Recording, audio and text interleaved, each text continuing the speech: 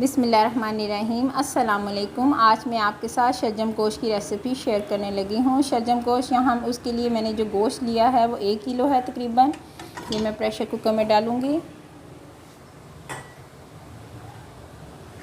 एक मैंने प्याज लिया है, 1 खाने का चम्मच मैंने अदरक लिया है, इसको मैंने इस तरह चॉप कर लिया है। 3 अदद मैंने हरी मिर्चें ली हैं। 1 खाने का चम्मच मैंने लहसुन लिया है। इन सब चीज़ों को मैं ऐड करूँगी।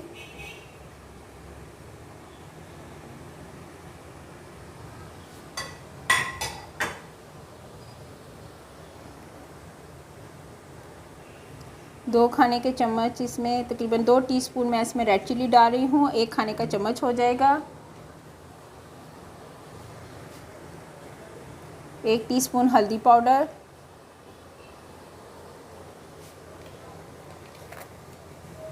1 खाने का चम्मच नमक भर के नमक आ जाएगा इसमें।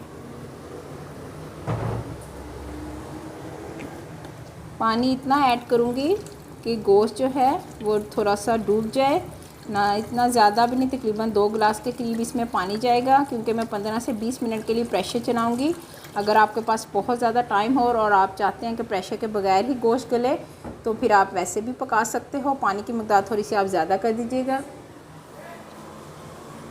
मिक्स करने के बाद आप प्रेशर को बंद कर दो।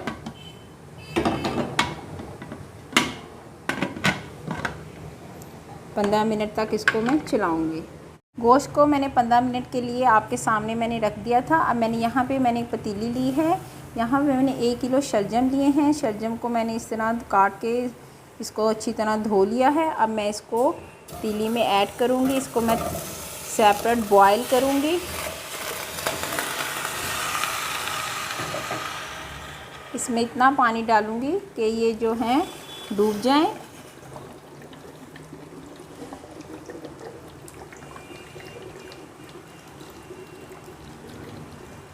अलग मैं इसलिए बॉयल कर रही हूँ ताकि ये एक तो ये अच्छी तरह गल जाएंगे, दूसरा यहाँ जब शुरू में जब शलजम आते हैं तो उनमें थोड़ी सी करवाहट होती है, तो अक्सर लोग जो है ना इसके कसेलेपन की वजह से इसको लाइक नहीं करते। तो जब मैं इसको बॉयल करूँगी तो इसका थोड़ा सा पानी जो है मैं वेस्ट कर दूँगी ताकि जो करवाहट है वो निकल जाए।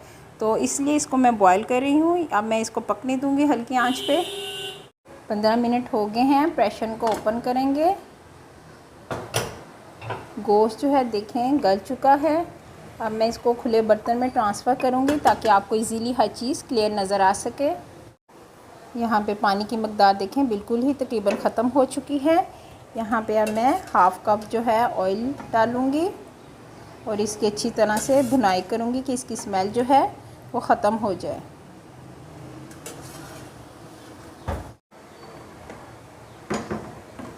अब यहाँ पे देखें शलजम की क्या कंडीशन है। शलजम भी देखें गल चुके हैं। अब यहाँ पे मैं इस चूल्हे को कर दूँगी बंद और इसको थोड़ा सा ठंडा होने दूँगी। फिर हाफ़ पानी मैं इसका ड्रेन कर दूँगी, हाफ़ पानी मैं इसके अंदर ही रखूँगी। हाफ़ पानी ड्रेन करने के बाद अब मैं इनको मैश करूँगी। अगर आपको यानी करवे कसेले किस्म के शलजम बहुत पसंद हैं तो और आप चाहते हैं कि आप इस तरह ड्रेन ना करें, पानी को वेस्ट ना करें, तो फिर आप जैसे ही मैं गोश्त की भुनाई करूं तो आपने शलजम को उसके अंदर ऐड कर देना है और फिर आपने उसको हल्की आंच में गलने देना है। दोनों मेथड मैं आपके साथ डिस्कस कर रही हूँ कि कैसे आप कर सकते हो। अगर आपको नहीं पसंद इनकी करवाहट को तो आपने इस मेथड से करना है, और अगर आपको पसंद है तो आप डायरेक्ट ही गोश्त की जब भुनाई हो जाए तो आपने शलजम को उसके अंदर ऐड कर देना है और उनको हल्की आंच पे गलने देना है।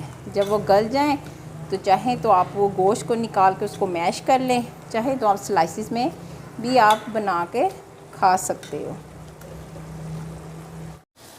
15 मिनट हो गए हैं मुझे इसको भूनते हुए। इसकी स्मेल भी देखें अच्छी तरह ख़त्म हो चुकी है और इसने ऑयल भी छोड़ दिया है।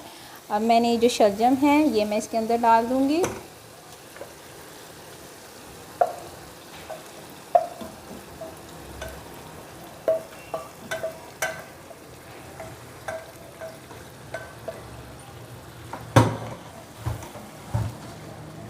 और इसको अच्छी तरह मिक्स करूँगी और आंच को मैंने बिल्कुल हल्की कर देना है, क्योंकि पानी इसके अंदर बिल्कुल भी नहीं जाएगा।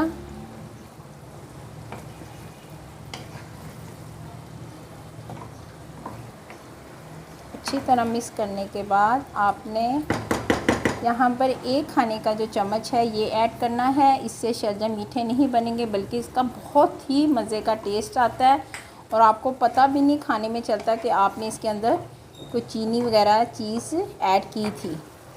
बड़ा ज़बरदस्त इससे इसका टेस्ट हो जाएगा इंशाल्लाह। अब हम इसको ढक देंगे पकने के लिए। आंच जो है आपने बिल्कुल हल्की दम वाली रखनी है। 15 मिनट के बाद आपने देखना है कि पानी की मकदार जो है देखें बिल्कुल ख़त्म हो चुकी है। अब हम लास्ट में इसमें धनिया मैं गार्निश के तौर पे ऐड करूँगी।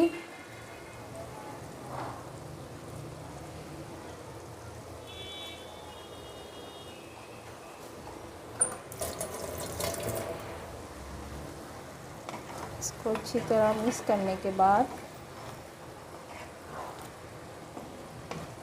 अगर आपकी पानी की मकदार ज़्यादा हो और आपका गोश्त जो है वो गल चुका हो, यानी कि ओवर कुक हो रहा हो, तो पानी को खुश्क करने के लिए फिर आप गोश्त को बाहर निकाल दें और फिर इसको जब पानी बिल्कुल खुश्क हो जाए तो फिर ऐड करके उसको आप सही कर लें। अब लास्ट में 1 चम्मच मेरा गरम मसाला जाएगा। गरम मसाले की भी वीडियो मैंने आपके साथ शेयर की है, ज़रूर बनाएं। बड़ी ज़बरदस्त इससे खुशबू अच्छी आ रही है इसमें से। शलजम गोश्त की रेसिपी तैयार है। चूल्हे को बंद कर दें, एक दफ़ा ज़रूर ट्राई करें, इंशाल्लाह आपको बहुत पसंद आएगी।